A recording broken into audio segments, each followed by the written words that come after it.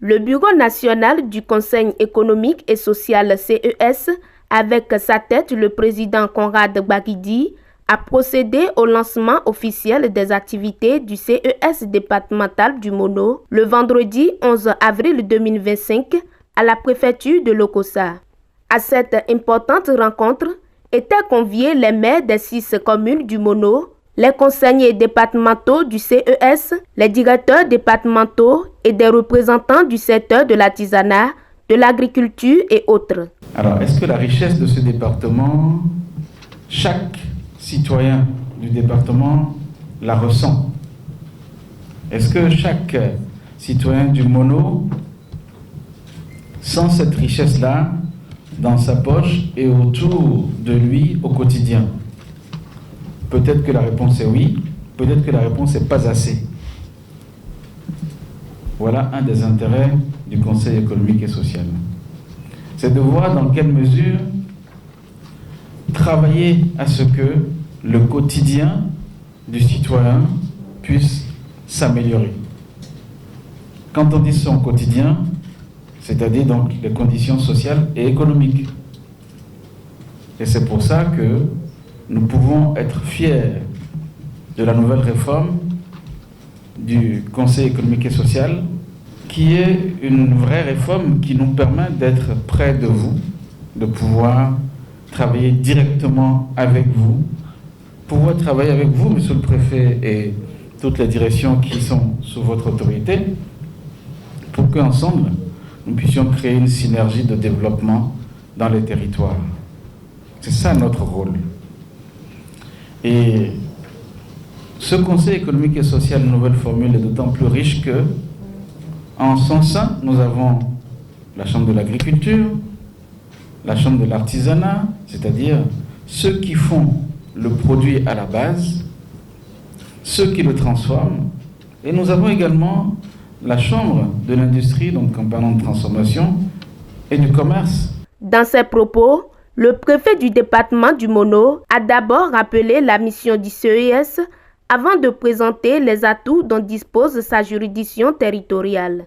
Le lundi 24 février 2025, le président de la République, le président Patrice Talon, accompagné du président de l'Assemblée nationale, a procédé à l'installation du Conseil économique et social, dont la composition, l'organisation et le fonctionnement sont fixés par la loi organique 2024-26 du 17 juillet 2024. En termes d'atouts, le Mono dispose d'une population majoritairement jeune. Il est surtout caractérisé par l'attrait des sites touristiques, les forêts sacrées, une large façade maritime avec des plages et complexes hôteliers, les aires de conservation, ces fêtes identitaires qui drainent de nombreux touristes. Plusieurs communes disposent des ressources naturelles et minières, notamment des carrières de sable, de gravier, de calcaire et de sable de verrerie. Le département est sillonné par des plans et des cours d'eau, dont le plus important est le fleuve du Mono. À la tête d'un groupe de 9 membres, le coordonnateur du CES départemental Mono, l'honorable Charles Gagnon, a salué la dynamique imprimée par la nouvelle équipe nationale du Conseil économique et social. Nous sommes très heureux de vous voir aussi nombreux ce soir pour accueillir le bureau du CES national qui nous a fait l'honneur de venir ici ce jour pour lancer les travaux et nous envoyer en mission auprès de vous. Et nous allons retourner avec des problèmes, des solutions qui vont permettre le développement de tout un chacun de nous et de nos communautés. Le CES départemental du Mono puisse s'organiser pour aller parler aux populations, peut-être dans les communes. Parler en termes de sensibilisation, en termes d'information.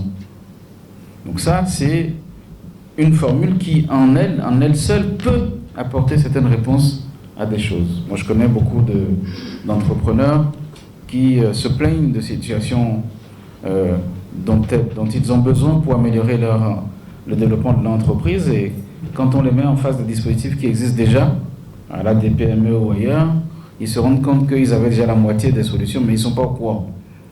Donc ne pas être au courant est également une difficulté que nous, on peut lever parce que nous travaillons avec toutes les institutions de la République. Désormais, le CES dispose des équipes dans les 12 départements du Bénin. Et c'est d'ailleurs l'étape du Mono qui a mis un terme à ce périple d'échange et d'installation entamé depuis quelques semaines par le président de l'institution pour aller directement au contact de ces acteurs clés du développement local et les encourager à renforcer la vulgarisation des actions du gouvernement auprès de toutes les couches de la société.